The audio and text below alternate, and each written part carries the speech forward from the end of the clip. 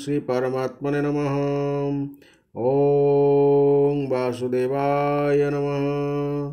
ओम व्यासदेवाय नमः। ओम जगन्नाथदासाय नमः। हे माँ सरस्वती तमें कंठरे बस। हे माँ सरस्वती तमें कंठरे बस प्रभु। आसतु अतिबड़ी जगन्नाथ दास रचित श्रीमद् भागवत महापुराणर दशम स्कंधर गोपलीलार चतुर्विंश अध्याय बा 24तम अध्याय आमे आज श्रवण करिबा। एही अध्याय श्रीकृष्ण निज सखा को अर्ण मागिया कथा वर्णना कराଯାଇଛି एवं ब्राह्मण पत्नी मानक प्रति श्रीकृष्ण अनुग्रह कथा मध्य आमे एठारे पद्यांतरी और तत्परे व्याख्या शुणिबा।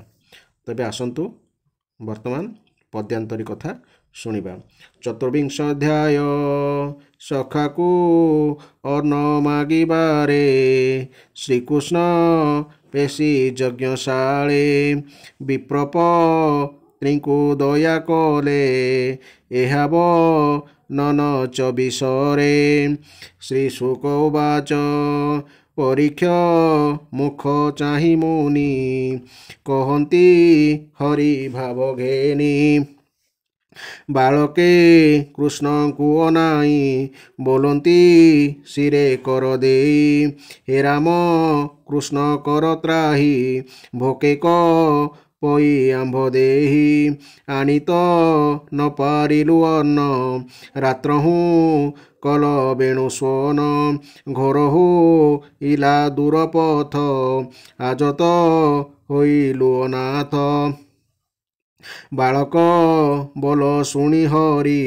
मनेची तिले विप्रनारी अनेक जन्मे पुण्यदायी ब्राह्मणी छंती मोते ध्यायी ताहांकु निस्तारी बियाज एणे मो हर बड़ कार्य पुअंक मुख चाहि बसी बोलती प्रभु ब्रह्मराशि एजेदी सई धूम्रवर्ण निकटे अशोक विपिन यज्ञ करती विप्रे रही तहिकी जाओ बेगे होई विचारी वेद ब्रह्म दीक्षा यज्ञ करती स्वर्ग वांछा धनव सन अन्नभोजा अतिथि करु थांती पूजा अतिथि मते तुम्हे जाओ मोर माँ गिला बोली कह राम छंती कृष्ण संगे अन्नपूडाए दियो बेगे शुणिसा नंद मन होई यज्ञमी लीले पोए जाई कपाळे देई बेनी कर नमिले विप्रंक पयर उठिले शिर कर देई कहती विप्र को नाई शुणिमा सावधान होई बने छंती बेनी भाई राम गोविंद गोप मेले फुटिले क्षुधार विकले अशोक वृक्ष तले रही आंभंकु देले पिठियाई अन्नपूडाए स्वामी देव भुंजिबे श्रीराम माधव घरुआ आनती प्रतिदिने बने भुंजती तोष मने रात्रहु बने आग सरी आज से होइले पासोरी एठाकू दूर गोपपुर जीवाकू होइब उछुर आंभंकु कृष्ण एथे पेशी वृक्षर मूले छंती बसी ताहांकु जेबे कर स्नेह अन्नपूडाए तुम्हे दियो यज्ञर स्वभाव एमंत अतिथि पूजी बाजुकत ब्राह्मण ବ୍ରାହ୍ମଣେ ଶୁଣି ନ ଶୁଣିଲେ ମନ ଚଞ୍ଚଳ ଯଜ୍ଞ କାଳେ ହରିର ମାୟା ଚକ୍ରେ ପଡ଼ି ଅଳପ କର୍ମେ ପୁଣ୍ୟ ଲୋଡ଼ି ମନ ବୁଡ଼ାଇଛନ୍ତି ଯଜ୍ଞେ ବ୍ରାହ୍ମଣ ଜନର ସ୍ୱଭାବେ ଯେ ହରି ଦେଶ କାଳ ପାତ୍ର ଦ୍ୱିଜାତି ଧର୍ମ ଦୈବତ ଯଜ୍ଞଭୋ କଥା ଆଦି କରି ସର୍ବସମ୍ପଦ ନରହରି ପରମ ବ୍ରହ୍ମ ନ ଚିହ୍ନିଲେ ମନୁଷ୍ୟ ବୃଦ୍ଧି ଆଚରିଲେ ଦେବାନ ବୋଇଲେ ଗୋପାଳେ ନିରାଶ ହୋଇଲେ ଘଡ଼ିଏ ଥାଇ ଦୁଃଖ ସୁଖେ ପୁଣି ମିଳିଲେ କୃଷ୍ଣ ପାଖେ ବୋଲନ୍ତି ଶିରେ କର ଦେଇ ଅର୍ଣ୍ଣ ମାଗିଲୁ ଆମ୍ଭେ ଯାଇ ତୋ କଥା ଶୁଣି ନ ଶୁଣିଲେ ଦେବାନ ବୋଇଲେ ଆମ୍ଭେ ଇଲୁ ଦୁଃଖ ପାଇ ଶୁଣିହ ସନ୍ତି ବିନି ଭାଇ ବୋଲନ୍ତି ଶୁଣ ଗୋପ ପୋଏ ଯାଅ ବ୍ରାହ୍ମଣ ଘର ଯାଏ ବ୍ରାହ୍ମଣୀ ମାନେ ଛନ୍ତି ଘରେ ସେ ମୋତେ ଜାଣନ୍ତି ଅନ୍ତରେ ମୋ ଭାବ ନିତ୍ୟ ସେ ଚିନ୍ତନ୍ତି ମୋହର ଦର୍ଶନ ଇଚ୍ଛନ୍ତି ତାହାଙ୍କୁ ଅର୍ଣ୍ଣ ମାଗ ଯାଇ ଭୁଞ୍ଜିବା ଉଦର ପୁରାଇ ବାଳକେ ଦୟା ସେ କରନ୍ତି ଅତିଥି ପୂଜା ସେ ଜାଣନ୍ତି ନାନା ବ୍ୟଞ୍ଜନ ଆଣିଦେବେ ବାହୁଡ଼ି ଯାଅ ତୁମ୍ଭ ଏବେ ଗୋବିନ୍ଦ ଆଜ୍ଞା ଘେନି ଶିରେ ପୋଏ ମିଳିଲେ ବିପ୍ର ଘରେ ବ୍ରାହ୍ମଣୀ ମାନେ ଛନ୍ତି ବସି ଅଳକ ତିଳକ ପ୍ରକାଶୀ ସ୍ତ୍ରୀ ଭାବେ ଅଳଙ୍କାର ମଙ୍ଗଳ ନାଦେ ଗୀତ ସ୍ୱର କୃଷ୍ଣର ନାମ ତୁଣ୍ଡେ ଗାଇ ପୋଏ ମିଳିଲେ ଆଗେ ଯାଇ ଚରଣେ ଗଡ଼ ଘାଲି ଶୋଇ ବୋଲନ୍ତି ଶିରେ କର ଦେଇ ଶୁଣିମା ସାବଧାନେ ମାଏ ଆମ୍ଭେ ସକଳ ଗୋପ ପୋଏ ରାମ ଗୋବିନ୍ଦ ଆମ୍ଭ ତୁଲେ ବନରେ ଗାଈ ରଖିଥିଲେ କ୍ଷୁଧା ନଳେ ଦୁଃଖ ଶ୍ରମେ ବିଜୟ ଅଶୋକ ବିପିନେ ଆମ୍ଭଙ୍କୁ ରାଇବେନି ଭାଇ ଏଥକୁ ଦେଲେ ପିଠିଆଇ ଅନ୍ନପୁଡ଼ାଏ ମାଏ ଦେବ ଭୁଞ୍ଜିବେ ଶ୍ରୀରାମ ମାଧବ ବହନ ଦିଅ ମାଏ ଅନ୍ନ ତେବେ ସେ ପାଇବେ ଜୀବନ ଆମ୍ଭର ଦେଖୁଅଛ ଦେହ ଦେବା ବେଗେ କହ ଶୁଣିହ ରସ ବିପ୍ରନାରୀ ସକଳ ଚର ଚାପାସୋରୀ ଆନନ୍ଦେ ପୁଲକିତ ହୋଇ ନୟନୁ ଅଶ୍ରୁ ଜଳ ବହି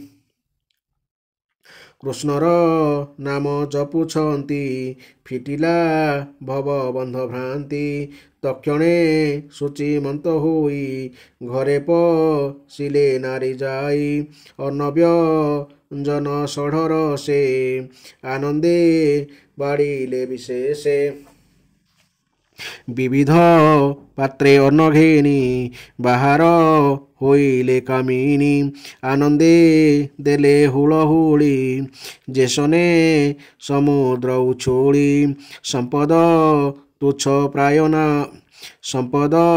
ତୁଚ୍ଛ ପ୍ରାୟ କରି ଏକ ରକେ ଆଗସରି ବିପ୍ରେ ଯେ ଯଜ୍ଞଶାଳେ ଥିଲେ ଗୋଡ଼ାଇ ଆଗେ ଓଗାଳିଲେ ବୋଲନ୍ତି କୋପ ଭର ହୋଇ ତୁମ୍ଭଙ୍କୁ ବାଇକେ କରଇ ଗୋପାଳେ ବନେ ବେଣୁବାଇ ବୋଲନ୍ତି ଗାଈଙ୍କି ଚରାଇ ତାଙ୍କ ନିକଟେ ତୁମ୍ଭେ ଗଲେ ଆଉ କି ଥିବ ଜାତି କୂଳେ ଭଲେ ବା ହୁଡ଼ି ଯାଅ ଘର ଗଉଡ଼େ ବନେ ବଳିଆର ବ୍ରାହ୍ମଣୀ ନ ଶୁଣିଲେ ତାହା କୃଷ୍ଣଙ୍କୁ ବଳିଛି ଉତ୍ସାହା ଗହଳେ ଗଲେ ପେଲା ପେଲି ସ୍ୱାମୀକି ପକାଇଲେ ଠେଲି ସମୁଦ୍ରେ ଆସନ୍ତେ ଲହରୀ ତା ବାଲି ବନ୍ଧ କିନିବାରି ବ୍ରାହ୍ମଣେ ଧରି ନ ପାରିଲେ ଯଜ୍ଞଶାଳାକୁ ବାହୁଡ଼ିଲେ ଏକ ବ୍ରାହ୍ମଣୀ କ୍ଷୀଣ ଦେଇ ଗହଳେ ନ ପାରିଲା ଯାଇ ଦରିଦ୍ର ପଣେ ଦୁଃଖ ପାଇ ଅନବସନ ନ ମିଳଇ କୃଷ୍ଣହୁ ନ ଜାଣଇଆନ ମନବ ଚନେ ନିତ୍ୟ ଧ୍ୟାନ ଅନେକ ଜନ୍ମେ ଦୁଃଖ ପାଇ ତାହା ଜାଣନ୍ତି ଭାବଗ୍ରାହୀ ତାହାର ସ୍ୱାମୀ ଧରି କରେ ନେଇବା ଦିଲା ନିଜ ଘରେ ଦ୍ୱାରେକ ବାଟ ଗଲା କିଳି ଯଜ୍ଞର ସ୍ଥାନେ ଯାଇ ମିଳି ବ୍ରାହ୍ମଣୀ ହୋଇଲା ମୂର୍ଚ୍ଛିତ କୃଷ୍ଣ ଚରଣେ ଦେଇଚିତ ପୁଣି କ୍ଷଣକେ ଜ୍ଞାନ ପାଇ କାନ୍ଦଇ କୃଷ୍ଣ ତ୍ରାହି ତ୍ରାହି ଗଲେ ଯେ ବିପ୍ର ନାରୀମାନେ ମିଳିଲେ ଅଶୋକ ବିପିନେ ବୃକ୍ଷର ତଳେ ଗୋପ ମେଳେ କୃଷ୍ଣ ଦେଖିଲେ ଚର୍ମ ଡୋଳେ ଶ୍ୟାମ ସୁନ୍ଦର ଦେହ ବର୍ଣ୍ଣ କଟିରେ ପିତ ଯେ ବସନ କଙ୍କଣ କୁଣ୍ଡଳ ବିରାଜେ ରୂପେକୁ ଟିଏ ନାମ ଗଞ୍ଜେ ରଙ୍ଗମୃତ୍ତିକା ଦେହେ ବୋଳି ମୟୂର ପୁଛ ଗୁଞ୍ଜମାଳି ଆମ୍ଭବ ଉଳ ରଙ୍ଗ ଡାଳ ହୃଦେଲ ବଇ ବନମାଳ ପାଦେକ ଠାଉ ରଙ୍ଗସାର ସୁଦାମ କନ୍ଧେ ଦେଇ କର ଦକ୍ଷିଣ करे पद्मघिनी धीरे घूरान्ते अंतर्जामी कर्णले नील जे उत्पल सुंदर अलका कपोल जेसने नट बीरवश रंग धरे मंदहास ब्राह्मण नारी कृष्ण देखी पिछाड़ी न पारंती आकी देहती तिला अश्रु जले अनथु इले काखु तले तक्षणे शिरे कर देई बोलती कृष्ण त्राही त्राही अनल देखी न पतंग जेसने होती उदवेग बोलती करी बागो कोल जीवन होइब सुफल थकेब लंती एनुहई ब्राह्मणे न देबेटी जाई परपुरुष कोल कले विप्रेत डिबे घरे गले एमंत विचारती रही कृष्णव दने चक्षु देई आत्मा हो इला मोहगत पंचप राण कंठाग्रत चक्षुबु जिले भाव भरे कृष्ण को देखिले भितरे हृदये देखी नारायण निबिड़े कले आलिंगन ताप छाड़िले विप्र नारी जन्म मरण आदि करी ज्ञान को पाई दिने दिने ताप छाड़ती जेने जने पुनित क्षणे चक्षु फेई दखिले प्रभु भावग्राही चित्र प्रतिमा प्राय होई मनबु एड़िला कृष्ण चाही मनबु लीला कृष्ण तही जानिले प्रभु भगवान बोलती मधुर वचन भले ओ इलटी की पथे मोरूप देखिबा निमंती आशोक विप्र नारीगण नमई तुम्भर चरण तुम्भ चरण रेणु शिरे घेनिस संसारो प्राणी तीरे तुम्भ चरण रेणु शिरे घेनिस संसारो प्राणी तरे बसए वृक्ष तले आई मते ओ इल न देई आजप वित्र मोर देही होइब यज्ञ अन्न खाई तुम्भଙ୍କୁ कि करिबु सेवा विचारी मते आज्ञा देवा पंडिते आत्मज्ञान पाई ध्याने चिंतन्ति मोर देही तुम्भर स्वामी सेवा प्राये ज्ञानी करती मोते लये एबे देखिल मो शरीर निज मंदिरे विजे कर तुम्भर स्वामी पादे सेव तेबे संसार उतरिब बेगे घरकू जाओ आई पूर्ण आहुति बेल होई तुम्भंकु घेनी विप्रवरे पुण्य साधिबे निज घरे शुणी गो बिंद मुखुबाणी विकले बोलंती ब्राह्मणी भोनाथ कमल लोचन अशेष दुख विमोचन तोहर आदि अंत नाही एमंत बोलो काहीं पाही आम्भे छे दिलु मोह पासी अभय पाद तले आसी तोहर चरण तुलसी कबरी भारे थिबु खोसी खटिबु पाद पद्म तले अनेक जन्म पुण्य थिले स्वामी तो नय बंधु गुरु तेजिलु तोहर कृपारो अष्टांग जोग लये बसी तोरूप चिंतन्ति सन्यासी ताहा पाइलु पुण्य बले भोनाथ रख पाद तले इष्टकु तुमे कार्य नाही बंचिबु तो मुख नाही एठारु जदि आम्भे जीबु घरे तो पशि न पारिबु बंधुपी और पुत्रपति एमाने बोलिबे अनीति संसारे न बोलिबे भल विचारी कह आदि मूल उभय कूल न पाइलु एबे निश्चय नाश गलु किसक रिबु घरे जाई तोतहु अन्य गति होई हसिबो लंती भगवान एमंत न विचार मन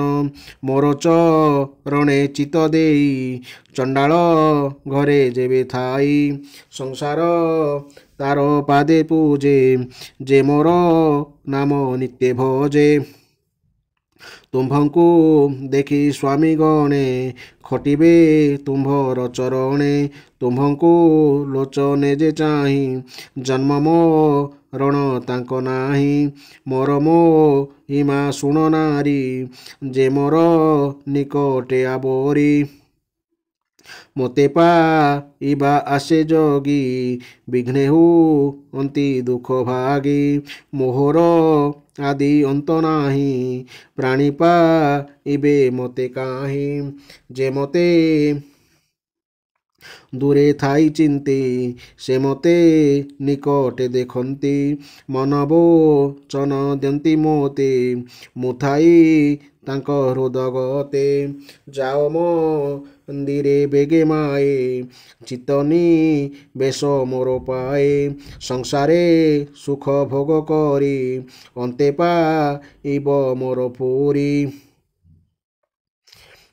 एठारे कौन होता ना ब्राह्मण पत्नी मानक गोटे जन्म वृत्तांत पूर्व जन्म वृत्तांत कौन रही आम टिके शुणा ब्राह्मण पत्नी माने पूर्वर सप्तर्षिंकर सद्गुण संपन्ना तथा पतिव्रता स्त्री थिले थरे अग्निदेव एमानक अंग स्पर्श कर सप्तर्षि मध्यरु अंगिरा रागी जाई अग्नि को कहले तुमे सर्वभक्षी हुओ तत्सहित ऋषि पत्नी मानक कहले तुम्भे माने मनुष्य जनिरे जात हुओ सप्तर्षि पत्नी माने अनुनय विनय होई साप मुक्ति पाई प्रार्थना करिबारु अंगिरा कहले तुम्भे माने मनुष्य जनिरे निश्चय लाभ करिबो किंतु भगवान श्रीकृष्ण को साक्षात दर्शन करी गोलोक धाम को जीव एक कथा ब्रह्म वैवर्त पुराण बा श्रीकृष्ण जन्मखंडर रे दर्शा जाइछि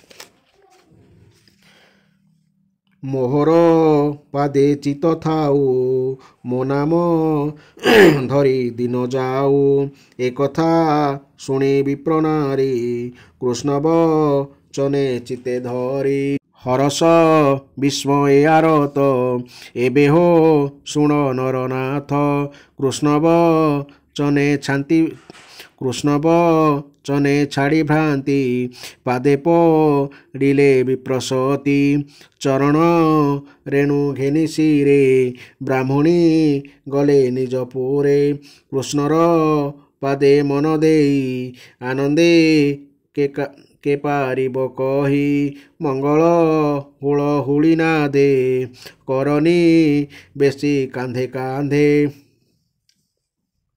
ମଙ୍ଗଳ ନାଦେ ଗୀତ ଗାଇ ନାଚନ୍ତି କୃଷ୍ଣ ଭାବ ବହି ରାଜନ ଶୁଣ ପରିମାଣି ମନ୍ଦିରେ ଥିଲା ଯେ ବ୍ରାହ୍ମଣୀ ଶୁଣିଲା ହୁଳ ହୁଳି ନାଦ ବ୍ରାହ୍ମଣ ନାରୀଙ୍କ ଆନନ୍ଦ ଆତ୍ମାକୁ କହେ ରୋଷ ବହି ନିର୍ଲଜ ଅଛୁ କାହିଁ ପାଇଁ ତୁଚ୍ଛାର ଅତ୍ୟନ୍ତ ପାତକୀ ଗୋବିନ୍ଦ ନ ପାରିଲୁ ଦେଖି ଯାହାର ନାମ ହୃଦେ ଧରି ଶଙ୍କର ନିତ୍ୟ ବ୍ରହ୍ମଚାରୀ ତୁଚ୍ଛାର ଅଟୁ ବଡ଼ହୀନ ବ୍ରାହ୍ମଣୀ ମାନେ ବଡ଼ ଧନ୍ୟ କୃଷ୍ଣଙ୍କୁ ଦେଖିଲେ ନୟନେ ଆଜ୍ଞା ଶୁଣିଲେ ବେନି କର୍ଣ୍ଣେ କିସପା ଇବୁ ମୋ ଶରୀରେ ଦରିଦ୍ର ଦୁଃଖୀ ନିରନ୍ତରେ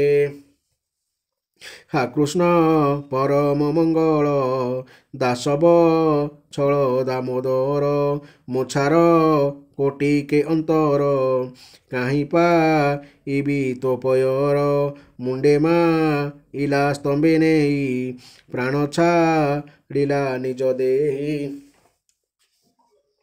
কৃষ্ণর পাদে মন দেলা তুণ্ডরে নাম উচ্চারিলা তক্ষণে দিব্য রূপ হই পচিলা কৃষ্ণ দেহে যাই ভকত বন্ধু ভাবগ্রাহী ବୋଲନ୍ତି ଗୋପାଳକୁ ଚାହିଁ ଅନଭୋଜନ କର ବସି ଆନନ୍ଦେ ନିଜ ଆତ୍ମା ତୋଷି ଶୁଣିସା ନନ୍ଦ ଗୋପ ପୋଏ ଭଙ୍ଗେ সঙ্গে ভুঞ্জিলে দেবরায় ব্রাহ্মণে নিজ নারী চাহি তোষ ইলে যজ্ঞ দাহি এমন্ত লীলা বনমালী গোপী গোপাଳ মধ্যে কেଳି ଅନନ୍ତ ପ୍ରଭୁ ଆଦି ମୂଳ ଗୋପେ ମିଳିଲେ ବାଳମେଳ ବ୍ରାହ୍ମଣେ ନିଜ ନାରୀ ଦେଖି କୃଷ୍ଣର ଭାବ ଉପଲକ୍ଷୀ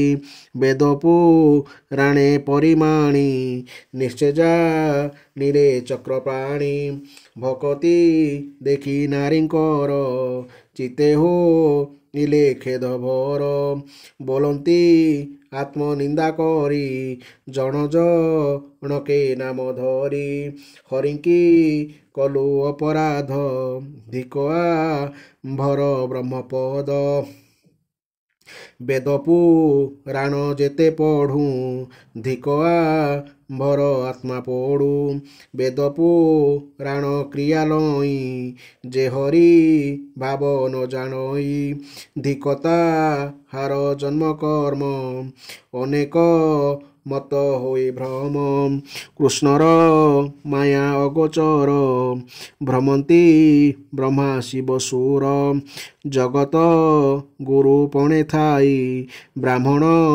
ନାମ ଆମ୍ଭେ ବହି ନାରୀଙ୍କି ନୋହି ଲୁଭାଜନ ଏହାଙ୍କ ନାହିଁ ନିତ୍ୟ କର୍ମ କେମନ୍ତେ କୃଷ୍ଣଙ୍କୁ ଜାଣିଲେ ପୂର୍ବେ କେତେ ତପ କଲେ ଦେଖ ଆମ୍ଭର କର୍ମଫଳ ଅନମାଗିଲେ ଆଦି ମୂଳ ଯଜ୍ଞକୁ ଯିବୁ ଯାର ପାଦ ପ୍ରତ୍ୟକ୍ଷେ ମିଳିଲେ ଗୋବିନ୍ଦ ତାହାଙ୍କୁ ନ ଜାଣିଲୁ ମୋହେ ଜୀବନ ଅଛି କିମ୍ପା ଦେହେ ସେ ହରି ଦେଶ କାଳ ପାତ୍ର ଦ୍ୱିଜାତି ଧର୍ମ ଦୈବତ ବିପ୍ର ନଳ ଦେବଗଣ ଯଜ୍ଞ କରତା ଯଜମାନ ସକଳ ପ୍ରଭୁ ଭଗବାନ ନ ଜାଣି ହୋଇଲୁ ଅଜ୍ଞାନ କମଳା ଥାଇ ପାଦ ତଳେ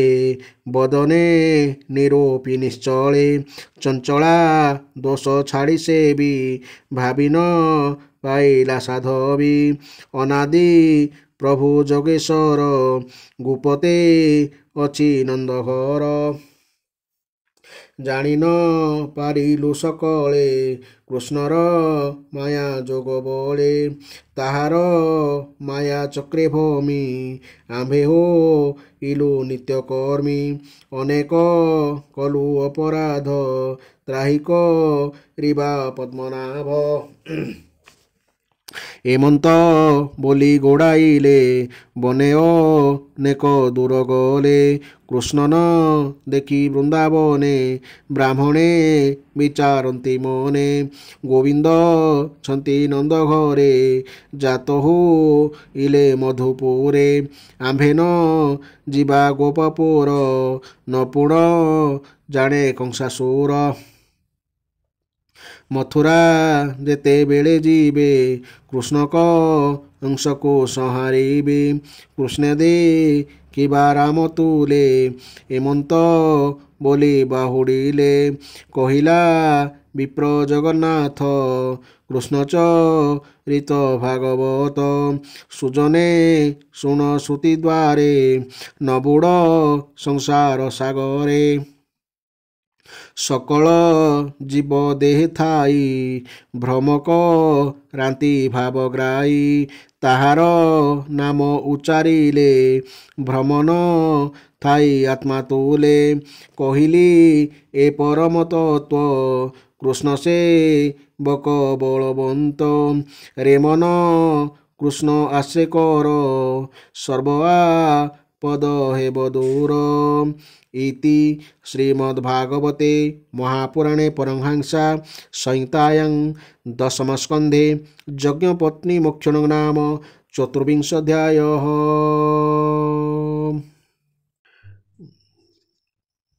ତ ବର୍ତ୍ତମାନ ଆସନ୍ତୁ ଆମେ ଏହାର ବ୍ୟାଖ୍ୟା ଶୁଣିବା। ଗୋପ ବାଳକମାନେ କହିଲେ, ହେ ନୟନାଭିରାମ ବଳରାମ, ତୁମେ ସତରେ ବଡ଼ ପରାକ୍ରମୀ। ଆମର ଚିତ୍ତଚୋର ହେ ଶ୍ୟାମ ସୁନ୍ଦର, ତୁମେ ତ ବଡ଼ ବଡ଼ ଦୁଷ୍ଟକୁ ସଂହାର କରିଛ। ସେହି ଦୁଷ୍ଟଙ୍କ ଭଳି ଏ ଭୋକ ମଧ୍ୟ ଆମକୁ ବହୁତ କଷ୍ଟ ଦେଲାଣି। ଆମେ ପେଟ ଜଳୁଛି। ତେଣୁ ତୁମ୍ଭେ ଦୁହେଁ ଏ ଭୋକ ନିବାରଣ କରିବାର କିଛି ଉପାୟ କର। ଶ୍ରୀ ଶୁକଦେବ କହିଲେ, ହେ ପରୀକ୍ଷିତ, ସାଥୀ ପିଲାମାନେ ଏପରି ପ୍ରାର୍ଥନା କରିବାରୁ ଦେବକୀନନ୍ଦନ ଭଗବାନ ଶ୍ରୀକୃଷ୍ଣ ମଥୁରାରେ ଥିବା ତାଙ୍କର ଭକ୍ତ ବ୍ରାହ୍ମଣ ପତ୍ନୀମାନଙ୍କୁ ଅନୁଗ୍ରହ କରିବାର ଅଭିପ୍ରାୟ ରଖି କହିଲେ, ହେ ସାଙ୍ଗମାନେ, ଏଠାରୁ ଅଳ୍ପ କିଛି ଦୂରରେ ବୈଦିକ ବ୍ରାହ୍ମଣମାନେ ସ୍ୱର୍ଗ ଲାଭ କାମନା କରି ଆଙ୍ଗିରସ ନାମକ ଗୋଟିଏ ଯଜ୍ଞ କରୁଛନ୍ତି। ତୁମେମାନେ ସେମାନଙ୍କ ଯଜ୍ଞଶାଳାକୁ ଯାଅ ଏବଂ ମୁଁ ପଠାଇଛି ବୋଲି କହି ମୋ ବଡ଼ ଭାଇ ବଳରାମଙ୍କ ନାମ ମଧ୍ୟ କହି ସେମାନଙ୍କଠାରୁ କିଛି ଅନ୍ନ ମାଗି ଆଣ। ଭଗବାନଙ୍କ ଆଜ୍ଞା ପାଇଁ ଗୋପାଳ ପୁଅମାନେ ସେହି ବ୍ରାହ୍ମଣମାନଙ୍କ ଯଜ୍ଞଶାଳାକୁ ଗଲେ ଏବଂ ପ୍ରଥମେ ଭୂମିରେ ପଡ଼ି ବ୍ରାହ୍ମଣମାନଙ୍କୁ ଦଣ୍ଡବତ ପ୍ରଣାମ କଲେ ଏବଂ ତାପରେ ଦୁଇ ହାତ ଯୋଡ଼ି ଭଗବାନଙ୍କର ଆଜ୍ଞାନୁସାରେ ଅନ୍ନ ମାଗି କହିଲେ, ହେ ବ୍ରାହ୍ମଣଗଣ, ଆମର ନିବେଦନ ଏହି ଯେ ଆମେ ହେଉଛୁ ବ୍ରଜର ଗୋପାଳ ପିଲା। ଆମେ ଶ୍ରୀକୃଷ୍ଣ ଓ ବଳରାମଙ୍କ ଆଜ୍ଞାରେ ଆସିଛୁ। ଦୟାକରି ଆମ କଥା ଟିକେ ଶୁଣନ୍ତୁ। ବଳରାମ ଓ ଶ୍ରୀକୃଷ୍ଣଙ୍କ ଗାଈ ଚରାଇ ଏଠାରୁ ଅଳ୍ପ କିଛି ଦୂରରେ ଆସି ପହଞ୍ଚି ଯାଇଛନ୍ତି। ସେମାନଙ୍କୁ ଭାରି ଭୋକ ହେଉଛି, ତେଣୁ ସେମାନେ କିଛି ଅନ୍ନ ମାଗିଛନ୍ତି। ହେ ବ୍ରାହ୍ମଣ ଦେବତା, ଆପଣମାନେ ତ ଧର୍ମର ମର୍ମ ଜାଣନ୍ତି। ଯଦି ଆପଣମାନଙ୍କର ଶ୍ରଦ୍ଧା ହେଉଛି ତେବେ ସେମାନଙ୍କ ପାଇଁ କିଛି ଅନ୍ନ ଦିଅନ୍ତୁ। ଆପଣମାନଙ୍କର ମଙ୍ଗଳ ହେବ। ହେ ସଜ୍ଜନଗଣ, ଯେଉଁ ଯଜ୍ଞ ଦୀକ୍ଷାରେ ପଶୁବଳି ଦିଆଯାଏ ସେହି ଯଜ୍ଞର ତଥା ସୌତ୍ରାମଣି ଯଜ୍ଞରେ ଦୀକ୍ଷିତ ଲୋକଙ୍କର ଅନ୍ନ ଖାଇବା ନିଷିଦ୍ଧ। ଯେଉଁ ଯଜ୍ଞ ଦୀକ୍ଷାରେ ପଶୁବଳି ଦିଆଯାଏ ସେହି ଯଜ୍ଞର ତଥା ସୌତ୍ରାମଣି ଯଜ୍ଞରେ ଦୀକ୍ଷିତ ଲୋକଙ୍କର ଅନ୍ନ ଖାଇବା ନିଷିଦ୍ଧ। ଏହି ଦୁଇଟି ଛଡ଼ା ଅନ୍ୟ ଯେକୌଣସି ଯଜ୍ଞର ଦୀକ୍ଷିତ ଲୋକଙ୍କର ଅନ୍ନ ଖାଇବାରେ କୌଣସି ଦୋଷ ନାହିଁ। ହେ ପରୀକ୍ଷିତ, ଏପରି ଭାବରେ ସେମାନେ ଅନ୍ନ ମାଗିବା କଥା ଶୁଣି ମଧ୍ୟ ସେହି ବ୍ରାହ୍ମଣମାନେ ସେଥିପ୍ରତି ଆଦୌ ଧ୍ୟାନ ଦେଲେ ନାହିଁ। ସ୍ୱର୍ଗଲାଭ ହେଉଛି ଏକ ସାମାନ୍ୟ ଫଳ, କିନ୍ତୁ ସେମାନେ ସେହି ତୁଚ୍ଛ ଫଳ ଆଶାରେ ବଡ଼ ବଡ଼ କର୍ମରେ ମାତିଥିଲେ। ସତ କହିବାକୁ ଗଲେ ସେହି ବ୍ରାହ୍ମଣମାନେ ଥିଲେ ଜ୍ଞାନ ଦୃଷ୍ଟିରୁ ବାଳକ, ଅଥଚ ସେମାନେ ନିଜକୁ ଜ୍ଞାନ ବୃଦ୍ଧ ବୋଲି ଭାବୁଥିଲେ। ହେ ପରୀକ୍ଷିତ, ଜାଣିଥାଅ ଯେ ଦେଶ କାଳ ବିଭିନ୍ନ ସାମଗ୍ରୀ ଭିନ୍ନ ଭିନ୍ନ କର୍ମରେ ବିନିଯୁକ୍ତ ବିଭିନ୍ନ ମନ୍ତ୍ର ଅନୁଷ୍ଠାନର ପଦ୍ଧତି, ଋତିଜ, ବ୍ରହ୍ମା ଆଦି ଯଜ୍ଞକାରୀ, ଅଗ୍ନି, ଦେବତା, ଯଜମାନ, ଯଜ୍ଞ ଓ ଧର୍ମ ଏହି ସମସ୍ତ ରୂପରେ ଏକମାତ୍ର ଭଗବାନ ହିଁ ବିଦ୍ୟମାନ। ସେହି ଇନ୍ଦ୍ରିୟାତୀତ ପରମବ୍ରହ୍ମ ଭଗବାନ ସ୍ୱୟଂ ଶ୍ରୀକୃଷ୍ଣ ଗୋପାଳମାନଙ୍କ ହାତରେ ଖଣ୍ଡିଏ ଭାତ ମଗାଇଥିଲେ। କିନ୍ତୁ ନିଜକୁ ଦେହ ବୋଲି ଭାବିଥିବା ଅଳ୍ପବୁଦ୍ଧି ବ୍ରାହ୍ମଣମାନେ ଭଗବାନଙ୍କୁ ବି ଜଣେ ସାଧାରଣ ମନୁଷ୍ୟ ବୋଲି ଧରି ନେଇଥିଲେ। ତେଣୁ ସେମାନେ ଭଗବାନଙ୍କୁ ସମ୍ମାନ ଦେଲେ ନାହିଁ। ହେ ପରୀକ୍ଷିତ, ବ୍ରାହ୍ମଣମାନେ ହଁ କି ନାହିଁ କିଛି ନ କହିବାରୁ ପିଲାମାନଙ୍କର ଆଶା ତୁଟିଗଲା। ସେମାନେ ସେଠାରୁ ଫେରିଆସି କୃଷ୍ଣ ବଳରାମଙ୍କୁ ସବୁ କଥା କହିଦେଲେ। ସେମାନଙ୍କ କଥା ଶୁଣି ସମଗ୍ର ଜଗତର ସ୍ୱାମୀ ଭଗବାନ ଶ୍ରୀକୃଷ୍ଣ ଟିକିଏ ହସିଦେଲେ। ସେ ସେମାନଙ୍କୁ ବୁଝାଇ କହିଲେ, ଆରେ ଭାଇ, ସଂସାରରେ ତ ସଫଳତା ବିଫଳତା ଲାଗି ରହିଛି। ତେଣୁ ଏଭଳି ନିରାଶ ହେବା ଉଚିତ ନୁହେଁ। ବାରମ୍ବାର ପ୍ରଯତ୍ନ କରିଚାଲିଲେ ନିଶ୍ଚିତ ରୂପେ ସଫଳତା ମିଳିଥାଏ। ତାପରେ ସେ କହିଲେ, ଭାଇମାନେ, ଏଥର ତୁମେ ସେମାନଙ୍କର ପତ୍ନୀମାନଙ୍କ ପାଖକୁ ଯାଅ। ସେମାନଙ୍କୁ ଯାଇ କୁହ ଯେ କୃଷ୍ଣ ବଳରାମ ଦୁଇ ଭାଇ ବହୁ ନିକଟକୁ ଚାଲି ଆସିଛନ୍ତି। ଏତିକି ମାତ୍ର କହିଦେଲେ ତୁମେ ସେମାନଙ୍କୁ ଯେତେ ଅନ୍ନ ମାଗିବ ସେମାନେ ତାହା ନିଶ୍ଚୟ ଦେବେ। ସେମାନେ ମୋତେ ବହୁତ ଭଲ ପାଆନ୍ତି। ସେମାନଙ୍କର ମନ ସବୁବେଳେ ମୋଠାରେ ଲାଗି ରହିଥାଏ। ଏହା ଶୁଣି ପିଲାମାନେ ବ୍ରାହ୍ମଣ ପତ୍ନୀମାନେ ରହୁଥିବା ସ୍ଥାନକୁ ଗଲେ। ସେଠାକୁ ଯାଇ ଦେଖନ୍ତି ତ ବ୍ରାହ୍ମଣଙ୍କ ପତ୍ନୀମାନେ ସୁନ୍ଦର ସୁନ୍ଦର ଲୁଗାପଟା ଓ ଗହଣା ଗାଣ୍ଠି ପିନ୍ଧି ସଜବାଜ ହୋଇ ବସିଛନ୍ତି। ପିଲାମାନେ ସେମାନଙ୍କୁ ପ୍ରଣାମ କରି ନମ୍ରତାର ସହିତ କହିଲେ, ମା' ମାନେ, ଆପଣମାନଙ୍କୁ ନମସ୍କାର। ଆପଣମାନେ କୃପା କରି ଆମ କଥା ଶୁଣନ୍ତୁ। ଶ୍ରୀକୃଷ୍ଣ ଆସି ଏଠାରୁ ଅଳ୍ପ କିଛି ଦୂରରେ ଅଛନ୍ତି। ସେ ଆମକୁ ଆପଣମାନଙ୍କ ପାଖକୁ ପଠାଇଛନ୍ତି। ବଡ଼ ଭାଇ ବଳରାମ ଓ ସେ ଆମମାନଙ୍କ ସହିତ ଗାଈ ଚରାଇ ଚରାଇ ବୁଲୁ ବୁଲୁ ଘରଠାରୁ ବହୁ ଦୂରକୁ ଚାଲି ଆସିଛନ୍ତି। ଆମେ ସବୁ ତାଙ୍କର ସାଙ୍ଗ।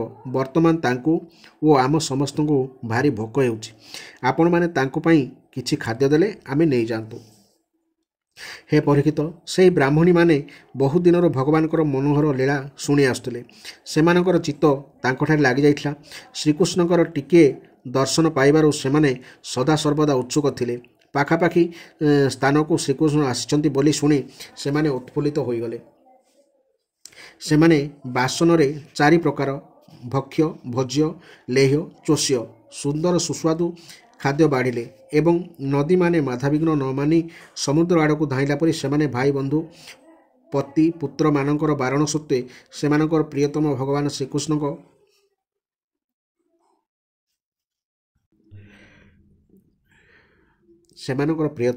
ଶ୍ରୀକୃଷ୍ଣଙ୍କ ପାଖକୁ ଯିବା ନିମନ୍ତେ ଘରୁ ବାହାରି ପଡ଼ିଲେ। ପବିତ୍ର କୀର୍ତ୍ତି ଭଗବାନଙ୍କର ଗୁଣ, ଲୀଳା, ସୌନ୍ଦର୍ଯ୍ୟ, ମାଧୁର୍ଯ୍ୟ ଆଦିର ବର୍ଣ୍ଣନା ଶୁଣି ଶୁଣି ସେମାନେ ଦୀର୍ଘ ଦିନରୁ ତାଙ୍କ ଚରଣରେ ହୃଦୟ ସମର୍ପଣ କରିଦେଇଥିଲେ। ତେଣୁ ସେମାନେ ଯେପରି ଉତ୍ସୁକ ହୋଇ ଘରୁ ବାହାରି ନ ପଡ଼ନ୍ତେ ବା କିପରି। ବ୍ରାହ୍ମଣୀମାନେ ଯାଇ ଦେଖିଲେ ଯେ ନବପଲ୍ଲବରେ ଶୋଭାୟମାନ ଅଶୋକ ବନରେ ଗୋପାଳମାନଙ୍କ ମେଳରେ ବଳରାମ ସହିତ ଶ୍ରୀକୃଷ୍ଣ ବୁଲୁଛନ୍ତି। ତାଙ୍କର ଶ୍ୟାମଳ ଶରୀରରେ ସ୍ୱର୍ଣ୍ଣାଭ ପୀତାମ୍ବର ଝଲମଲ ହେଉଛି। ଗଳାରେ ବନମାଳା, ମସ୍ତକରେ ମୟୂରପୁଚ୍ଛ, ବିଭିନ୍ନ ଅଙ୍ଗରେ ଗେରୁଆ ଆଦିରେ ଅଙ୍କିତ ହୋଇ ନାନା ଚିତ୍ର, ଶରୀରର ବିଭିନ୍ନ ଅଙ୍ଗରେ ନବପଲ୍ଲବର ଗୁଚ୍ଛ ଖୋସି ପ୍ରଭୁ ନଟ ପରି ବେଶ ହୋଇଛନ୍ତି। ଗୋଟିଏ ହାତ ଜଣେ ସଖାର କାନ୍ଧରେ ରଖି ଆର ହାତରେ ପ୍ରଭୁ ପଦ୍ମଫୁଲଟେ ଧରି ଘୂରାଉଛନ୍ତି।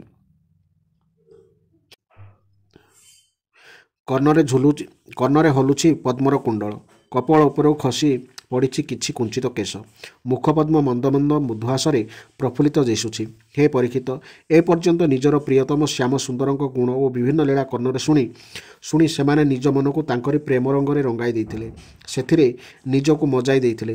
ବର୍ତ୍ତମାନ ନେତ୍ରପଥ ଦେଇ ତାଙ୍କୁ ହୃଦୟ ଭିତରକୁ ନେଇଯାଇ ସେମାନେ ମନେ ମନେ ତାଙ୍କୁ ବହୁ ସମୟ ଧରି ଆଲିଙ୍ଗନ କଲେ ଏବଂ ଏପରି ଭାବରେ ସେମାନଙ୍କ ହୃଦୟର ଜ୍ୱାଳା ଶାନ୍ତ କଲେ। ଜାଗ୍ରତ ଓ ସ୍ୱପ୍ନାବସ୍ଥାର ଜୀବଠାରେ ମୁଁ ଓ ମୋର ଭାବ ରହିଥାଏ, କିନ୍ତୁ ସୁଷୁପ୍ତି ଅବସ୍ଥାରେ ଜୀବ ଭିତରେ ସେହି ଭାବ ଲୀନ ହୋଇଯିବାରୁ ତା ଭିତରେ ଆଉ ମୁଁ ଆଉ ମୋର ଭାବନା ଜ୍ୱାଳା ରହେ ନାହିଁ। ଠିକ୍ ସେହିପରି ବ୍ରାହ୍ମଣୀମାନେ କୃଷ୍ଣ ଭାବରେ ଭାବିତ ହୋଇ ସେଥିରେ ଏପରି ତନ୍ମୟ ହୋଇଯାଇଥିଲେ ଯେ ସେମାନଙ୍କର ମୁଁ ଓ ମୋର ଭାବ ସମ୍ପୂର୍ଣ୍ଣ ଲୋପ ପାଇଗଲା। ହେ ପରୀକ୍ଷିତ, ଭଗବାନ ସମସ୍ତଙ୍କ ହୃଦୟର କଥା ଜାଣନ୍ତି। ସେ ହେଉଛନ୍ତି ସମସ୍ତଙ୍କର ବୁଦ୍ଧିର ସାକ୍ଷୀ। ବ୍ରାହ୍ମଣ ପତ୍ନୀମାନେ ନିଜର ଭାଇ ବନ୍ଧୁ ପତି ପୁତ୍ରଙ୍କ ବାରଣ ସତ୍ତ୍ୱେ ସବୁ ସ୍ୱଜନ ଓ ସହୋଦର ବିଷୟ ସମ୍ପଦର ଆଶାକୁ ଏଡ଼ାଇ ଦେଇ କେବଳ ତାଙ୍କୁ ଦର୍ଶନ କରିବାର ଲାଳସରେ ତାଙ୍କ ପାଖକୁ ଚାଲି ଯାଇଛନ୍ତି। ଦେଖି ପ୍ରଭୁଙ୍କ ମୁଖାରବିନ୍ଦରେ ହାସ୍ୟର ତରଙ୍ଗ ଖେଳିଗଲା। ସେ ସେମାନଙ୍କୁ କହିଲେ, ହେ ମହାଭାଗ୍ୟବତୀ ଦେବୀଗଣ, ମୁଁ ତୁମ୍ଭମାନଙ୍କୁ ସ୍ୱାଗତ ଜଣାଉଛି। ଆସ ଆସ ବସ। ମୁଁ ତୁମ୍ଭମାନଙ୍କର କି ସେବା କରିବି କୁହ। ଆମକୁ ଦେଖିବା ଲାଗି ତୁମ୍ଭେମାନେ ଯେଉଁ ଆସିଛ, ଏହା ତ ତୁମ୍ଭ ପରି ସହୃଦୟମାନଙ୍କ ପକ୍ଷରେ ହିଁ ସମ୍ଭବ। ଏଥିରେ କୌଣସି ସନ୍ଦେହ ନାହିଁ ଯେ ସଂସାରରେ ନିଜର ପ୍ରକୃତ ମଙ୍ଗଳ ଚାହୁଁଥିବା ଯେତେ ବି ବୁଦ୍ଧିମାନ ମନୁଷ୍ୟ ଅଛନ୍ତି ସେମାନେ ସମସ୍ତେ ମୋତେ ନିଜର ପ୍ରିୟତମ ପରି ପ୍ରେମ କରନ୍ତି। ସେମାନଙ୍କ ପ୍ରେମରେ କୌଣସି ପ୍ରକାର ବ୍ୟବଧାନ, ସଂକୋଚ, ଲୁଚାଛପା, ଦ୍ୱିଧା ବା ଦ୍ୱୈତ ଭାବନା ନଥାଏ। ଏ ସଂସାରରେ ଆତ୍ମା, ପରମାତ୍ମା ମୋ ସାନ୍ନିଧ୍ୟରୁ ହିଁ ଏହି ପ୍ରାଣ, ବୁଦ୍ଧି, ମନ, ଶରୀର, ସ୍ୱଜନ, ସ୍ତ୍ରୀ, ପୁତ୍ର ଓ ଧନ ସମ୍ପତ୍ତି ଆଦି ସଂସାରର ସବୁ ବସ୍ତୁ ପ୍ରିୟ ଲାଗେ। ତେଣୁ ମୋ ଠାରୁ ଅଧିକ ପ୍ରିୟ ଆଉ କିଏ ବା ହୋଇପାରେ? ଏ ଦୃଷ୍ଟିରୁ ତୁମ୍ଭେମାନେ ଯେଉଁ ଆସିଛ ଠିକ୍ କରିଛ। ମୁଁ ତୁମ୍ଭମାନଙ୍କର ପ୍ରେମକୁ ଅଭିନନ୍ଦନ ଜଣାଉଛି। ମୋତେ ତ ଦର୍ଶନ କରିସାରିଲ। ଏଥର ତୁମ୍ଭେମାନେ ତୁମ ଯଜ୍ଞଶାଳାକୁ ଫେରିଯାଅ। ତୁମ୍ଭମାନଙ୍କର ସ୍ୱାମୀମାନେ ଗୃହସ୍ଥ ବ୍ରାହ୍ମଣ। ସେମାନେ ତୁମ୍ଭମାନଙ୍କ ସହଚର୍ଯ୍ୟରେ ହିଁ ଯଜ୍ଞ ପୂର୍ଣ୍ଣ କରିପାରିବେ। ବ୍ରାହ୍ମଣ ପତ୍ନୀମାନେ କହିଲେ, ହେ ଅନ୍ତର୍ଯ୍ୟାମୀ ଶ୍ୟାମସୁନ୍ଦର, ଆପଣ ବଡ଼ ନିଷ୍ଠୁର କଥା କହୁଛନ୍ତି। ଆପଣ ଏପରି କହିବା ଠିକ୍ ହେଉନାହିଁ। ବେଦଗଣ କହନ୍ତି, ଯିଏ ଥରେ ଭଗବାନଙ୍କୁ ପାଇଯାଏ ତାକୁ ଆଉ ସଂସାରକୁ ଫେରିଯିବାକୁ ପଡ଼େ ନାହିଁ। ଆପଣ ଆପଣଙ୍କର ଏହି ବେଦବାଣୀକୁ ସତ୍ୟରେ ପରିଣତ କରନ୍ତୁ। ଆପଣଙ୍କ ଚରଣରୁ ଖସି ପଡ଼ିଥିବା ତୁଳସୀ ମାଳାକୁ ଆମେ ଯୋଡ଼ାରେ ଧାରଣ କରିବୁ। ଏହି ଆଶା ନେଇ ଆମେ ଆମର ସବୁ ସ୍ୱଜନ କୁଟୁମ୍ବଙ୍କର ଆଜ୍ଞା ଅମାନ୍ୟ କରି ଆପଣଙ୍କ ଚରଣ ସାନ୍ନିଧ୍ୟକୁ ଚାଲି ଆସିଛୁ। ହେ ସ୍ୱାମୀ, ଅନ୍ୟମାନଙ୍କ କଥା କ'ଣ କହିବୁ? ବର୍ତ୍ତମାନ ଆମ ପତି, ପୁତ୍ର, ପିତା, ମାତ୍ରା, ଭାଇ, ବନ୍ଧୁ, ସ୍ୱଜନମାନେ ବି ଆମକୁ ଗ୍ରହଣ କରିବେ ନାହିଁ। ହେ ବୀର ଶିରୋମଣି, ଆମେ ଆପଣଙ୍କ ଚରଣ ତଳକୁ ଆସିଯାଇଛୁ। ଆମର ଅନ୍ୟ କେହି ସାହା ଭରସା ନାହିଁ। ତେଣୁ ଏପରି କିଛି ବ୍ୟବସ୍ଥା କରନ୍ତୁ ଯାହାଫଳରେ କି ଆମକୁ ଅନ୍ୟ କାହାର ଶରଣ ଗ୍ରହଣ କରିବାକୁ ନ ପଡ଼ିବ। ଭଗବାନ ଶ୍ରୀକୃଷ୍ଣ କହିଲେ, ହେ ଦେବୀଗଣ, ତୁମର ପତି, ପୁତ୍ର, ଭାଇ, ବନ୍ଧୁ, ମାତା ପିତା କେହି ବି ତୁମକୁ ତିରସ୍କାର କରିବେ ନାହିଁ। ସେମାନଙ୍କ କଥା କ'ଣ କହିବା? ସମଗ୍ର ସଂସାର ତୁମର ପ୍ରଶଂସା କରିବ। କାରଣ ତୁମେମାନେ ବର୍ତ୍ତମାନ ମୋର ହୋଇଗଲ, ମୋ ସହିତ ଯୁକ୍ତ ହୋଇଗଲ। ଦେଖ, ସ୍ୱର୍ଗର ଦେବତାମାନେ ମଧ୍ୟ ମୋ କଥାକୁ ଅନୁମୋଦନ କରୁଛନ୍ତି। ହେ ଦେବୀଗଣ, ଏହି ସଂସାରରେ କେବଳ ମୋର ଅଙ୍ଗସଙ୍ଗ ହିଁ ମୋ ପ୍ରତି ପ୍ରୀତି ବା ଅନୁରାଗର ପରିଚୟ ନୁହେଁ। ତେଣୁ ତୁମେ ଯାଅ, ମୋ ଠାରେ ମନ ଲଗାଇ ରଖ। ତାହେଲେ ତୁମେମାନେ ବହୁତ ଶୀଘ୍ର ମୋତେ ପାଇଯିବ। ଶ୍ରୀ ଶୁକଦେବ କହି ଚାଲିଲେ, ହେ ପରୀକ୍ଷିତ, ଭଗବାନ ଏପରି କହିବାର ବ୍ରାହ୍ମଣୀମାନେ ଯଜ୍ଞଶାଳାକୁ ଲେଉଟି ଗଲେ। ସେମାନଙ୍କର ସ୍ୱାମୀମାନେ ସେମାନଙ୍କୁ କୌଣସି ପ୍ରକାର ଦୋଷ ଦୃଷ୍ଟି ଦେଖିଲେ ନାହିଁ, ବରଂ ସେମାନଙ୍କୁ ସଙ୍ଗରେ ବସାଇ ନିଜର ଯଜ୍ଞ ପୂର୍ଣ୍ଣ କଲେ। ବ୍ରାହ୍ମଣୀମାନେ ଶ୍ରୀକୃଷ୍ଣଙ୍କ ନିକଟକୁ ଆସିବା ବେଳେ ସେମାନଙ୍କ ମଧ୍ୟରୁ ଜଣକୁ ତାଙ୍କ ସ୍ୱାମୀ ବଳପୂର୍ବକ ଅଟକା ଦେଇଥିଲେ। ତା ଫଳରେ ସେହି ବ୍ରାହ୍ମଣୀ ବହୁ ଦିନ ହେଲା ଭଗବାନଙ୍କର ସ୍ୱରୂପ ବିଷୟରେ ଯେଉଁପରି ବର୍ଣ୍ଣନା ଶୁଣି ଆସୁଥିଲେ, ଭଗବାନଙ୍କର ସେହି ରୂପକୁ ଧ୍ୟାନ କରି ବସି ପଡ଼ିଲେ। ତାଙ୍କର ଧ୍ୟାନ ପ୍ରଗାଢ଼ ହୋଇଯିବା ପରେ ସେ ମନେ ମନେ ଭଗବାନଙ୍କୁ ଆଲିଙ୍ଗନ କରି ନିଜର କର୍ମହେତୁକ ଶରୀର ତ୍ୟାଗ କରିଦେଲେ। ସେ ଶୁଦ୍ଧ ସତ୍ୱମୟ ଦିବ୍ୟ ଶରୀର ପାଇଗଲେ। ତାଙ୍କୁ ଭଗବାନଙ୍କର ସାନ୍ନିଧ୍ୟ ମିଳିଗଲା। ଏଣେ ବ୍ରାହ୍ମଣୀମାନେ ଯେଉଁ ଚତୁର୍ବିଧ ଅନ୍ନ ଆଣିଦେଇଥିଲେ, ଭଗବାନ ଶ୍ରୀକୃଷ୍ଣ ତାହା ପ୍ରଥମେ ଗୋପାଳମାନଙ୍କୁ ଖାଇବାକୁ ଦେଲେ। ତାପରେ ସେ ନିଜେ ଖାଇଲେ। ହେ ପରୀକ୍ଷିତ, ଶ୍ରୀକୃଷ୍ଣ ଏପରି ଭାବରେ ମାନବୀୟ ଲୀଳା କଲେ ଏବଂ ନିଜର ସୌନ୍ଦର୍ଯ୍ୟ, ମାଧୁର୍ଯ୍ୟ, ବାଣୀ ତଥା ବିଭିନ୍ନ କର୍ମ ଦ୍ୱାରା ଗୋପାଳ ବାଳକ ଓ ଗୋପୀମାନଙ୍କୁ ଆନନ୍ଦିତ କଲେ। ସେମାନଙ୍କର ଅଲୌକିକ ପ୍ରେମରସ ଆସ୍ୱାଦନ କରି ସେ ନିଜେ ମଧ୍ୟ ଆନନ୍ଦିତ ହୋଇଗଲେ। ଏପଟେ ଶ୍ରୀକୃଷ୍ଣଙ୍କୁ ସ୍ୱୟଂ ଭଗବାନ ବୋଲି ଜାଣିବା ପରେ ବ୍ରାହ୍ମଣମାନେ ବହୁ ଅନୁତାପ କଲେ। ସେମାନେ ଅନୁଭବ କଲେ ଯେ ଜଗଦୀଶ୍ୱର ଶ୍ରୀକୃଷ୍ଣ ବଳରାମଙ୍କ ଆଜ୍ଞା ଉଲ୍ଲଙ୍ଘନ କରି ସେମାନେ ଘୋର ଅପରାଧ କରିଛନ୍ତି। ମନୁଷ୍ୟ ପରି ଲୀଳା କରୁଥାଇ ମଧ୍ୟ ସେହି ଦୁଇ ଭାଇ ହେଉଛନ୍ତି ସାକ୍ଷାତ ପରମେଶ୍ୱର। ସେମାନଙ୍କର ସ୍ତ୍ରୀମାନଙ୍କ ହୃଦୟରେ ଅଲୌକିକ ଭଗବତ ଭକ୍ତି ରହିଥିବା ବେଳେ ସେମାନେ ନିଜେ ଭକ୍ତିଶୂନ୍ୟ ଥିବା ଅନୁଭବ କରି ବ୍ରାହ୍ମଣମାନେ ପଶ୍ଚାତାପ କଲେ ଓ ନିଜକୁ ବହୁତ ନିନ୍ଦା କଲେ। ସେମାନେ କହିଲେ, ହାୟ, ଆମେ ଭଗବାନ ଶ୍ରୀକୃଷ୍ଣଙ୍କ ପ୍ରତି ବିମୁଖ ହୋଇଗଲୁ। ଆମେ ଉଚ୍ଚକୂଳରେ ଜନ୍ମ ହୋଇଛୁ, ଗାୟତ୍ରୀ ଗ୍ରହଣ କରି ଦ୍ୱିଜ ହୋଇଛୁ, ବେଦ ଅଧ୍ୟୟନ କରି ବଡ଼ ବଡ଼ ଯଜ୍ଞ କରିଛୁ, କିନ୍ତୁ ଏସବୁ କେଉଁ କାମର? ଆମକୁ ଧିକ୍, ଆମର ବିଦ୍ୟା ବୃଥା, ଆମର ବ୍ରତ ଅର୍ଥହୀନ, ଆମର ଏହି ବହୁଜ୍ଞତାକୁ ଧିକ୍, ଆମର ଉଚ୍ଚକୂଳରେ ଜନ୍ମ ଓ କର୍ମକାଣ୍ଡରେ ନିପୁଣତାକୁ ମଧ୍ୟ ବାରମ୍ବାର ଧିକାର। ଏସବୁ କୌଣସି କାମରେ ଆସିଲା ନାହିଁ। ସତରେ ଭଗବାନଙ୍କର ମାୟା ବଡ଼ ବଡ଼ ଯୋଗୀଙ୍କୁ ମଧ୍ୟ ମୋହିତ କରିଦିଏ। ସେଥିପାଇଁ ତ ଆମେ ମନୁଷ୍ୟମାନଙ୍କର ଗୁରୁ ଓ ବ୍ରାହ୍ମଣ ବୋଲାଇ ମଧ୍ୟ ନିଜକୁ ନିଜର ପ୍ରକୃତ ସ୍ୱାର୍ଥ ଓ ପରମାର୍ଥ ବିଷୟରେ ସମ୍ପୂର୍ଣ୍ଣ ରୂପେ ଅନଭିଜ୍ଞ। କି ଆଶ୍ଚର୍ଯ୍ୟର କଥା ନୁହେଁ ସତେ? ଦେଖିଲ, ସ୍ତ୍ରୀ ହୋଇ ମଧ୍ୟ ଜଗଦ୍ଗୁରୁ ଶ୍ରୀକୃଷ୍ଣଙ୍କ ଠାରେ ସେମାନଙ୍କର କେଡ଼େ ଅଗାଧ ପ୍ରେମ, କେତେ ଅଖଣ୍ଡ ଅନୁରାଗ। ସେପରି ପ୍ରେମ ଓ ଅନୁରାଗ ଥିବାରୁ ହିଁ ତ ଯେଉଁ ଗୃହବନ୍ଧନ ମଲା ପରେ ବି ତୁଟେ ନାହିଁ, ସେହି ନିଗଡ଼ ବନ୍ଧନକୁ ବି ସେମାନେ କାଟି ଦେଇପାରିଲେ। ସେମାନଙ୍କର ଦ୍ୱିଜଚିତ ଯଜ୍ଞୋପବୀତ ଆଦି ସଂସ୍କାର ହୋଇନାହିଁ କି ସେମାନେ ଗୁରୁକୁଳରେ ନିବାସ କରିନାହାନ୍ତି। ସେମାନେ କୌଣସି ତପସ୍ୟା କରିନାହାନ୍ତି କି ଆତ୍ମା ସମ୍ବନ୍ଧରେ କୌଣସି ବିବେକ ବିଚାର ପ୍ରୟୋଗ କରିନାହାନ୍ତି।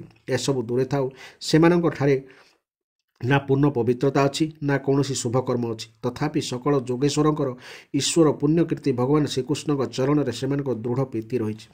ଆଉ ଆମେ ନିଜକୁ ସଂସ୍କାରିତ କରିଛୁ, ଗୁରୁକୂଳରେ ନିବାସ କରିଛୁ, ତପସ୍ୟା କରିଛୁ, ଆତ୍ମାନୁସନ୍ଧାନ କରିଛୁ, ପବିତ୍ର ଜୀବନ ନିର୍ବାହ କରିଛୁ ତଥା ଭଲ ଭଲ କର୍ମ କରିଛୁ, ଅଥଚ ଭଗବାନଙ୍କ ଚରଣରେ ଆମର ପ୍ରୀତି ନାହିଁ। ପ୍ରକୃତ କଥା ହେଉଛି ଏହି ଯେ ଆମେ ଗୃହସ୍ଥ ଜୀବନର କାମଧନ୍ଦାରେ ମାତିଗଲୁ, ନିଜର ଭଲ କ'ଣ ମନ୍ଦ କ'ଣ ତାହା ସମ୍ପୂର୍ଣ୍ଣ ଭୁଲିଗଲୁ। ଆହା, ଭଗବାନଙ୍କର କେତେ କୃପା! ଭକ୍ତ ବତ୍ସଳ ପ୍ରଭୁ ଗୋପ ବାଳକମାନଙ୍କୁ ପଠାଇ ସେହିମାନଙ୍କ ଦ୍ୱାରା ଆମକୁ ଚେତାବନୀ ଶୁଣାଇଲେ, ତାଙ୍କୁ ମନେ ପକାଇବାର ସୁଯୋଗ ଦେଲେ। ଭଗବାନ ହେଉଛନ୍ତି ପୂର୍ଣ୍ଣକାମ। ଜୀବନର କୈବଲ୍ୟ ମୋକ୍ଷ ପର୍ଯ୍ୟନ୍ତ ଯେତେ ବି କାମନା ରହିଛି ସେହି ସକଳ କାମନାକୁ ସେ ପୂର୍ଣ୍ଣ କରିପାରନ୍ତି। ସେ ଯଦି ଆମକୁ ସଚେତ କରିବାକୁ ଚାହୁଁନଥାନ୍ତେ ତେବେ ଆମ ପରି କ୍ଷୁଦ୍ର ଜୀବଙ୍କଠାରେ ତାଙ୍କର କି ପ୍ରୟୋଜନ ଥିଲା।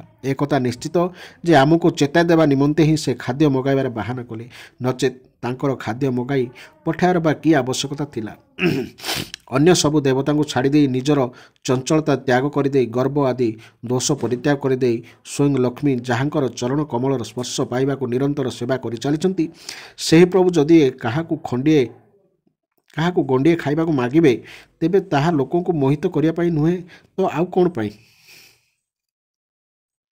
ଦେଶ କାଳ ବିଭିନ୍ନ ସାମଗ୍ରୀ ସେହି କର୍ମରେ ବିନିଯୁକ୍ତ ମନ୍ତ୍ର ଅନୁଷ୍ଠାନର ପଦ୍ଧତି ଋତିଜ ଅଗ୍ନି ଦେବତା ଯଜମାନ ଯଜ୍ଞ ଓ ଧର୍ମ ସବୁ ଭଗବାନଙ୍କର ହିଁ ସ୍ୱରୂପ।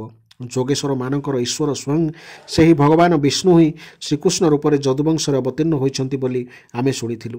କିନ୍ତୁ ଆମେ ଏତେ ମୂଢ଼ ଯେ ତାଙ୍କୁ ଚିହ୍ନି ପାରିଲୁ ନାହିଁ। ଏତେ ସବୁ ହୋଇଯିବା ପରେ ମଧ୍ୟ ଆମେ ଧନ୍ୟାତି ଧନ୍ୟ, ଆମର ଅହୋଭାଗ୍ୟ।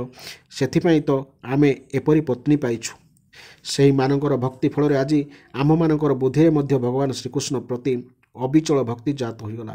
ହେ ପ୍ରଭୁ, ଆପଣ ହେଉଛନ୍ତି ଅଚିନ୍ତ୍ୟ ଅନନ୍ତ ଐଶ୍ୱର୍ଯ୍ୟର ସ୍ୱାମୀ। ହେ କୃଷ୍ଣ, ଆପଣ ସର୍ବଜ୍ଞ। ଆପଣଙ୍କ ମାୟାରୁ ହିଁ ଆମର ବୁଦ୍ଧି ମୋହିତ ହୋଇଯାଇଛି ଏବଂ ଆମେ କର୍ମର ଜଞ୍ଜାଳରେ ପଡ଼ି ବାଟବଣା ହୋଇଯାଇଛୁ। ଆମେ ଆପଣଙ୍କୁ ନମସ୍କାର କରୁଛୁ। ଆଦିପୁରୁଷ ଭଗବାନ ଶ୍ରୀକୃଷ୍ଣ, ଆମର ଏହି ଅପରାଧ କ୍ଷମା କରନ୍ତୁ। ଆମର ବୁଦ୍ଧି ତାଙ୍କର ମାୟାରେ ମୋହିତ ହୋଇଯାଇଛି ଏବଂ ଆମେ ହେଉଛୁ ତାଙ୍କର ପ୍ରଭାବକୁ ଜାଣିନଥିବା ଅଜ୍ଞାନୀ। ହେ ପରୀକ୍ଷିତ, ସେହି ବ୍ରାହ୍ମଣୀମାନେ ଶ୍ରୀକୃଷ୍ଣଙ୍କୁ ଅବଜ୍ଞା କରିଥିଲେ, ତେଣୁ ସେମାନେ ନିଜର ଅପରାଧ ମନେ ପକାଇ ବହୁ ଅନୁତାପ କଲେ। ସେମାନଙ୍କ ହୃଦୟରେ ଶ୍ରୀକୃଷ୍ଣ ବଳରାମଙ୍କୁ ଦର୍ଶନ କରିବାର ପ୍ରବଳ ଇଚ୍ଛା ଜାଗ୍ରତ ହେଲା, କିନ୍ତୁ କଂସର ଭୟରେ ସେମାନେ ତାହାଙ୍କୁ ଦର୍ଶନ କରିବାକୁ ଯାଇପାରିଲେ ନାହିଁ। ଏହି ଥିଲା ଶ୍ରୀକୃଷ୍ଣଙ୍କ ଦ୍ୱାରା ବ୍ରାହ୍ମଣ ପତ୍ନୀମାନଙ୍କର ଉଦ୍ଧାର ଏବଂ ବ୍ରାହ୍ମଣ ସର୍ବକର୍ମ ସବୁ ବିଦ୍ୟା ଜାଣି ମଧ୍ୟ ଶେଷରେ ଭଗବାନଙ୍କ ଦର୍ଶନରୁ ବଞ୍ଚିତ ହୋଇଥିଲେ। କଥାରେ ଅଛି, ଯାହା ଆମର ପାଇବାର ଅଛି ତାହାକୁ କେହି ଅଟକାଇ ପାରିବେନି, ଆଉ ଯାହା ପାଇବାର ନାହିଁ ନ ପାଇବା ପାଇଁ ବହୁତ ବାଟ ଖୋଲିଯିବ। ତ ଏଭଳି ପଦ୍ୟାନ୍ତରୀ ଓ ବ୍ୟାଖ୍ୟା ଶୁଣିବା ପାଇଁ ଚ୍ୟାନେଲଟିକୁ ସବସ୍କ୍ରାଇବ୍ କରିବାକୁ ଆଦୌ ଭୁଲନ୍ତୁ ନାହିଁ। ଜୟ ଜଗନ୍ନାଥ, ଜୟ ଜଗନ୍ନାଥ, ଜୟ ଜଗନ୍ନାଥ।